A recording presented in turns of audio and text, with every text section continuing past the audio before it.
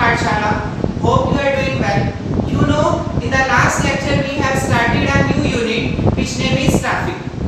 We have completed staffing and recruitment. Today we are going to start a new topic which name is selection. It's also a part of staffing. Staffing के बारे में हमने discuss किया था.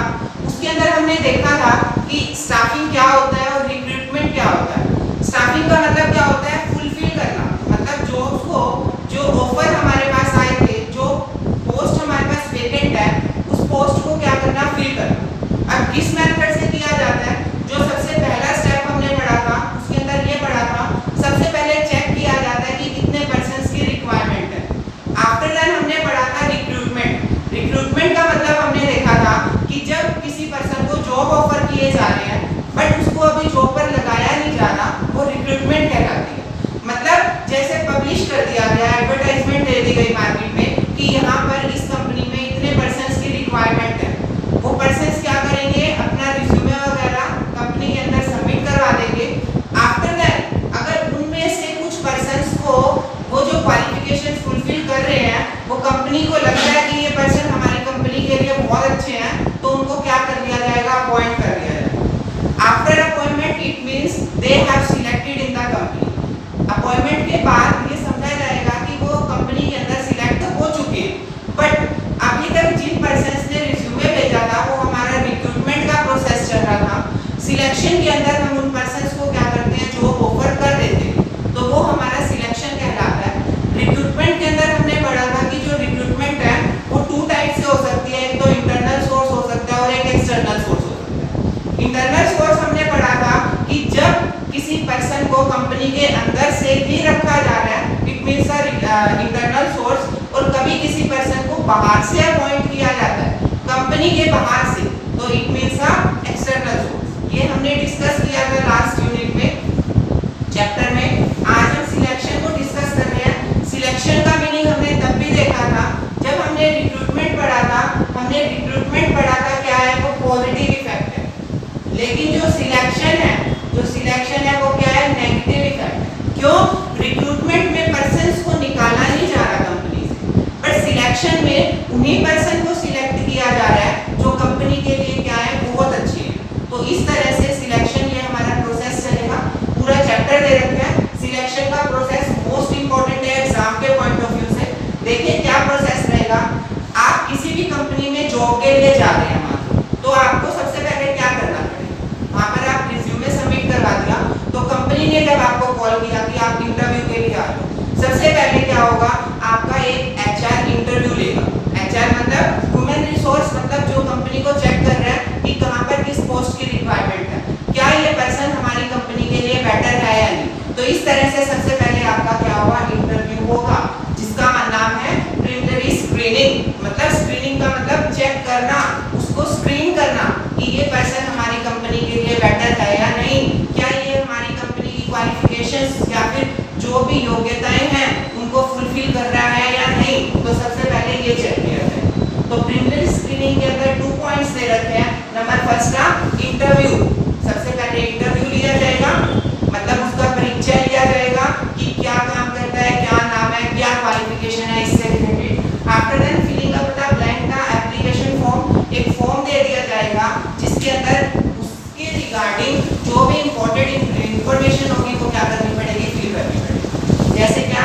Qualification, personal information, minimum acceptable salary and reference. Qualification मतलब उसने कहां तक पढ़ाई कर रखी है, उसके अंदर क्या क्या योग्यताएं हैं, वो क्वालिफिकेशन के अंदर आएगा. पर्सनल इंफॉर्मेशन मतलब वो उसका जो बैकग्राउंड है वो कहां से बिलोंग कर रहा है, मतलब उसके पेरेंट्स, फादर क्या करते हैं, सिस्टर कितने ब्रदर सिस्टर हैं, इस तरह से पर्सनल इंफॉर्मेशन लिया जाएगा. After that minimum acceptable salary. जितनी वो सैलरी एक्सेप्ट करना चाहता है कंपनी से, कंपनी उसको पहले ऑफर नहीं करेगी आप हमारी कंपनी में इतनी सैलरी के लिए आ रहे हो, नहीं. सबसे पहले उससे ही पूछा जाएगा कि आप कितनी सैलरी के लिए हमारी कंपनी में आना चाहोगे, तो कितनी एक्सेप्ट करता है. रेफरेंस मतलब किसी ने उसको हमारी कंपनी के बारे में बताया या उसको खुद से पता चला, कहां से पता चला, इंटरनेट के थ्रू पता चला. इस तरह से रेफरेंस पूछी जाएगी कि उसका जो बैकग्राउंड है वो कहां से बिलोंग करता है. तो ये प्रोसेस रहेगा हमारा प्रिलिमिनरी स्क्रीनिंग में. सबसे पहले जो बंदा है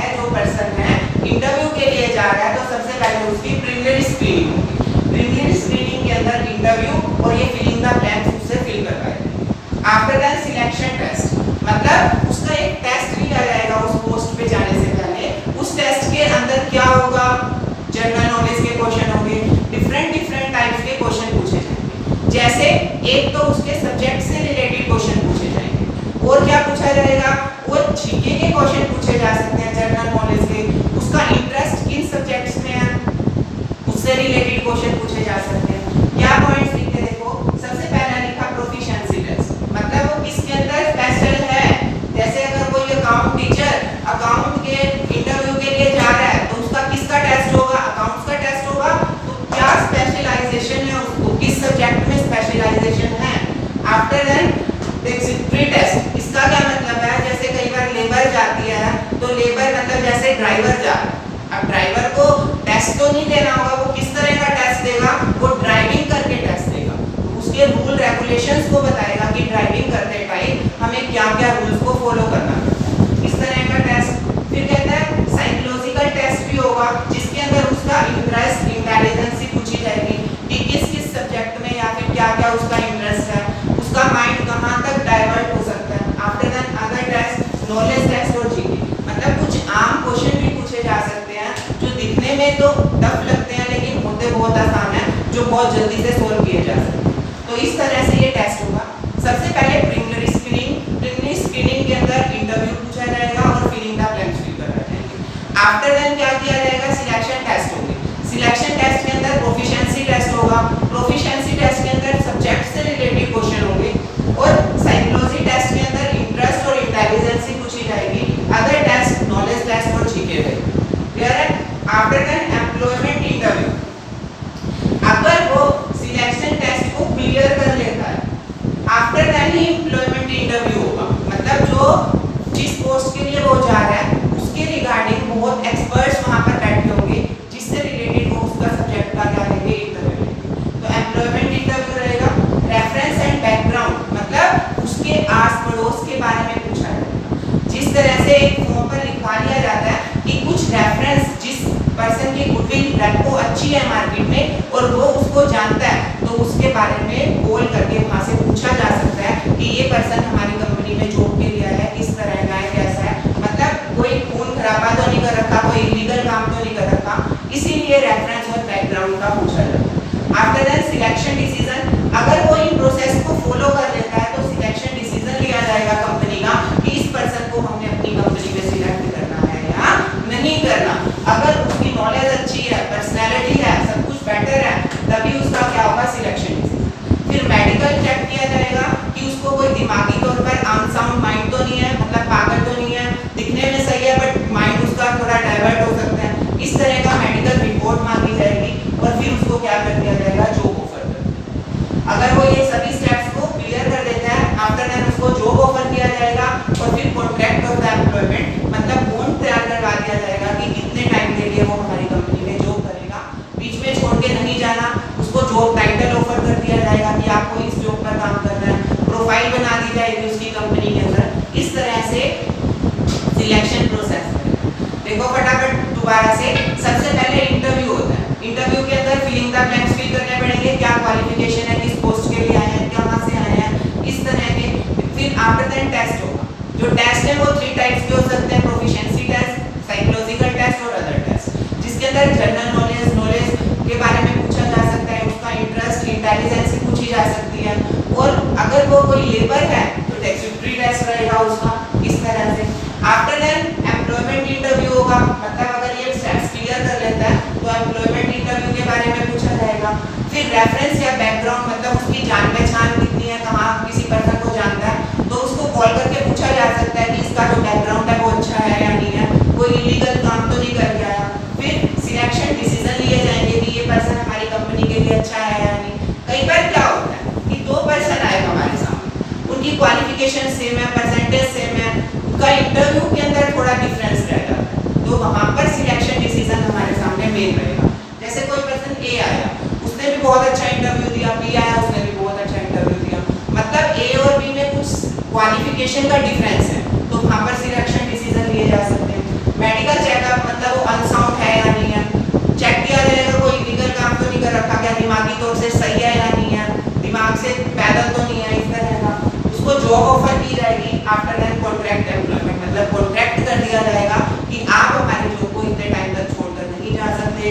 जॉब टाइटल दे दिया जाएगा और कंपनी के अंदर उसकी प्रोफाइल प्रिपेयर कर दी जाएगी कि वो कंपनी में किस तरह से काम कर रहा है। क्लियर है?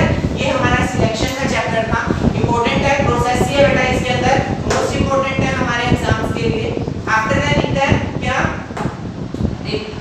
ट्रेनिंग। ट्रेनिंग का क्या मतलब है? देखो, ट्रेनिंग का मतलब जब आप किसी पोस्ट पर काम करने के लिए जा रहे हो लेकिन आपको वो काम आता ही नहीं या फिर आता है प्रॉपर नॉलेज नहीं है, तो सबसे पहले आपको उस काम को सिखाया जाएगा। आपने उसकी थ्योरेटिकल नॉलेज तो ले रखी है, बुक्स के अंदर आपने उसको थ्योरी के अंदर तो पढ़ रखा है, बट आपको उसकी प्रैक्टिकल नॉलेज नहीं है, तो उसको आपको ट्रेनिंग में सिखानी जाएगी कि किस तरह से करना है, कैसे करना है, ये सब कुछ आपको ट्रेनिंग में सिखा दिया जाएगा। क्या कहता है training? It refers to a process designed to maintain and improve the current job performance. मतलब जो पर्सन वहां पे काम कर रहा है उसके अंदर और इंप्रूवमेंट लाने के लिए जो हमारी कंपनी में चेंजेस आए हैं, उन चेंजेस को सिखाने के लिए जो काम किया जाता है उसको बोला जाता है ट्रेनिंग। मतलब काम को सिखाना। जो जिस पोस्ट पे वो काम कर रहा है उसको वो काम प्रॉपर वे में आता नहीं, बट उसको सिखा दिया जाए तो वो क्या बन जाएगा? ट्रेंड हो जाएगा, जिससे काम क्या होगा? बेटर होगा। बेनिफिट किसको मिलेंगे? कंपनी को बेनिफिट मिलेंगे। क्या कि अगर वो काम अच्छा करेगा तो उससे कंपनी की सेल वगैरह सब कुछ क्या होगी? इंक्रीज होगी। तो इस तरह से ट्रेनिंग का बेनिफिट कंपनी को मिलेगा। यहाँ तक नोट कर लो, फिर आगे बढ़ते हैं।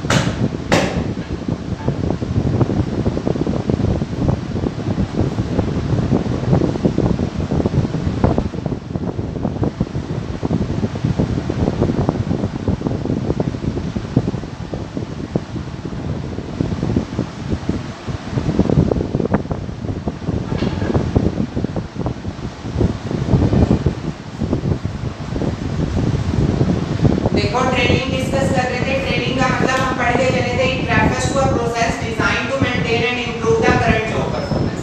मतलब जो पर्सन जहाँ पे काम कर रहा है वहाँ पे उसकी जो परफॉर्मेंस है उसको बेटर बनाने के लिए क्या किया जाएगा? ट्रेन किया जाएगा। मतलब उस काम को प्रॉपर वे में वो कर नहीं सकता था, बट उसको सिखाया गया जिससे वो काम क्या हो जाएगा? और अच्छा हो जाएगा और अच्छे तरीके से इंप्रूव हो सकता है। क्या कहते हैं? क्या क्या फीचर्स हैं? It's a investment not a wastage. जो हमारी ट्रेनिंग है वो एक इन्वेस्टमेंट है कंपनी के लिए, वेस्टेज नहीं है। इसका क्या मतलब है? देखो, अगर किसी एम्प्लॉय को काम सिखाया जाता है तो हमारा जो काम है वो अच्छा होगा। बेनिफिट किसको मिलेगा? कंपनी को मिलेगा। तो मतलब वो खर्चा तो नहीं हुआ, हमारा बेनिफिट्स मिल रहे हैं हमें उसके।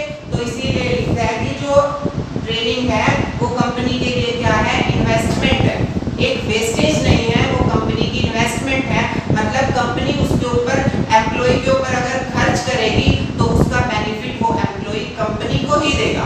कंपनी की सेल्स इंक्रीज करेगा, कंपनी के रिसोर्सेज का यूटिलाइजेशन बहुत अच्छे से करेगा। तो इस तरह से क्या कर लिए? Investment. Relates to a special job. मतलब जो ट्रेनिंग है वो सिर्फ और सिर्फ एक स्पेसिफिक पर्पस के लिए दी जाती है। जो सब्जेक्ट उसको नहीं आ रहा, जो टॉपिक उसको समझ नहीं आ रहे, वो उसी को ही क्या करेगा? ट्रेन करेगा। क्लियर है? जैसे आप एक एजुकेशन ले रहे हो, एजुकेशन के अंदर तो हमें एक क्या दिया जाएगा? हर एक सब्जेक्ट की नॉलेज दी जा रही है। आपने कॉमर्स भी, अकाउंट्स भी पढ़ रहे हो, बिजनेस भी पढ़ रहे हो, सब कुछ हर एक सब्जेक्ट पढ़ रहे हो, बट ट्रेनिंग क्या होगी? मतलब एक सब्जेक्ट के ऊपर फोकस करवाया जाएगा। जब आपको सिर्फ और सिर्फ अकाउंट्स में किसी एक टॉपिक का समझ नहीं आ रहा, वो सिखाया जा रहा है, उसके ऊपर प्रैक्टिकल नॉलेज दी जा रही है, वो क्या बन जाएगी? आपकी ट्रेनिंग बन जाएगी। क्लियर है? After that beneficial to the both the organisation and employ. दोनों के लिए बेनिफिट है। ऑर्गेनाइजेशन का तो हमने अभी बताया किस तरह से अगर एम्प्लॉय को कुछ ट्रेनिंग दी जाती है तो ऑर्गेनाइजेशन को क्या बेनिफिट मिलेगा? जो ऑर्गेनाइजेशन है वो डेवलप होगा, मतलब जिससे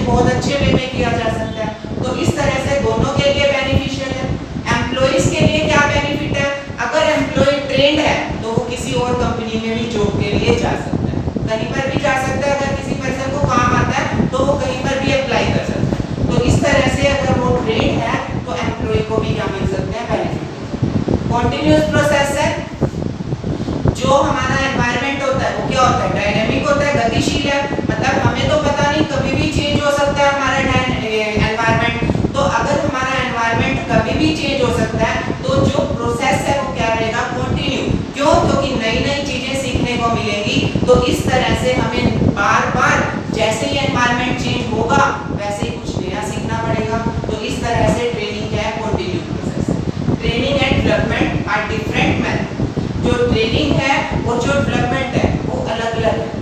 ट्रेनिंग क्या है, सिर्फ एक टॉपिक के बारे में सिखाया जा रहा है। डेवलपमेंट क्या है, ओवरऑल डेवलपमेंट की जा रही है, मतलब डेवलपमेंट के अंदर ट्रेनिंग शामिल है। डेवलपमेंट में हर एक पॉइंट के ऊपर फोकस किया जाएगा, कंपनी के हर एक पॉइंट को सिखाया जाएगा, बट ट्रेनिंग में सिर्फ और सिर्फ स्पेशल जॉब से रिलेटेड पॉइंट है। क्लियर है? इन दोनों के बीच में एक डिफरेंस है, वो भी साथ में शो कर दिया जाएगा वीडियो के आपको। आगे लिख रहे हैं दो मेथड है हमारे, मेथड्स ऑफ ट्रेनिंग। ट्रेनिंग किस तरह से दी जाती है? ट्रेनिंग के दो मेथड है। Number first on job training और off job training. On job training मतलब काम के दौरान उसको सिखाया जा रहा है, वो क्या होगी? On job training. जैसे इंडक्शन ट्रेनिंग। इंडक्शन ट्रेनिंग मतलब कोई नया एम्प्लॉय एंटर किया है फर्म में, उसको कुछ नहीं आता तो कुछ टाइम पीरियड के लिए उसको अलग रख दिया जाता है और वहां पे उसको क्या किया जाता है? काम सिखाया जाता है, तो वो इंडक्शन ट्रेनिंग होगी। अप्रेंटिसशिप ट्रेनिंग और इंटर्नशिप ट्रेनिंग। अप्रेंटिसशिप ट्रेनिंग का मतलब क्या है कि किसी एक्सपर्ट के साथ उस पर्सन को छोड़ दिया जाता है, उसको एक्सपर्ट क्या करवाता है? उसको काम सिखाता है, मतलब एक एक्सपर्ट की नॉलेज में उसको छोड़ दिया जाएगा, वो काम सिखाएगा उसको और आफ्टर दैट वो जॉब को कंटिन्यू करेगा। Next one is internship training. Internship training के अंदर क्या किया जाता है? इंटर्नशिप ट्रेनिंग में कंपनी के अंदर ही उसको सिखा दिया जाता है, जहाँ पर वो काम कर रहा है वहीं पर उसके आस पड़ोस जो भी उसका सबऑर्डिनेट होगा या फिर जो भी उसका सुपीरियर होगा वो उसको काम सिखाएगा और वो काम को बेटर वे में करता है। तो ये तीन मेथड होंगे ऑन जॉब ट्रेनिंग के। इंडक्शन ट्रेनिंग में कोई नया एम्प्लॉय एंटर करता है, काम सिखाते हैं। अप्रेंटिसशिप और इंटर्नशिप, अप्रेंटिसशिप में कोई एक्सपर्ट सिखाएगा और इंटर्नशिप में वो उसका सबऑर्डिनेट मतलब उसका हेड सिखाएगा। फिर लिखता है ऑफ जॉब ट्रेनिंग, मतलब काम से अलग रहकर सिखाया जाता है। इसके अंदर तो काम के दौरान सिखाया जा रहा है, ऑफ जॉब ट्रेनिंग में काम से अलग रहकर सिखाया जा रहा है, वो हमारी ऑफ जॉब ट्रेनिंग कहलाएगी। जैसे लिखता है क्या? Vestibule training. इसका क्या मतलब है? जैसे किसी पर्सन को इस तरह का काम पर भेज दिया जाता है कि वो दिखता बिल्कुल ऑफिस की तरह ही है, मतलब एक अलग से सेपरेट जगह बना दी जाती है जो दिखती तो ऑफिस की तरह है बट ऑफिस नहीं है। काम वहां पर ऑफिस की तरह ही चल रहा है बट ऑफिस नहीं है, मतलब एक इस तरह का सेटअप तैयार कर दिया जाता है कि उसको फील आता है कि वो किसी ऑफिस में काम कर रहा है, कंपनी में काम कर रहा है, बट वो काम वहां पर नहीं कर रहा, तो इसीलिए क्या है? Of job training. ठीक है, ये ऑन जॉब ट्रेनिंग और ऑफ जॉब ट्रेनिंग एग्जाम में पक्का पूछी जाती है, 2 या 3 मार्क्स में मोस्ट इंपोर्टेंट है।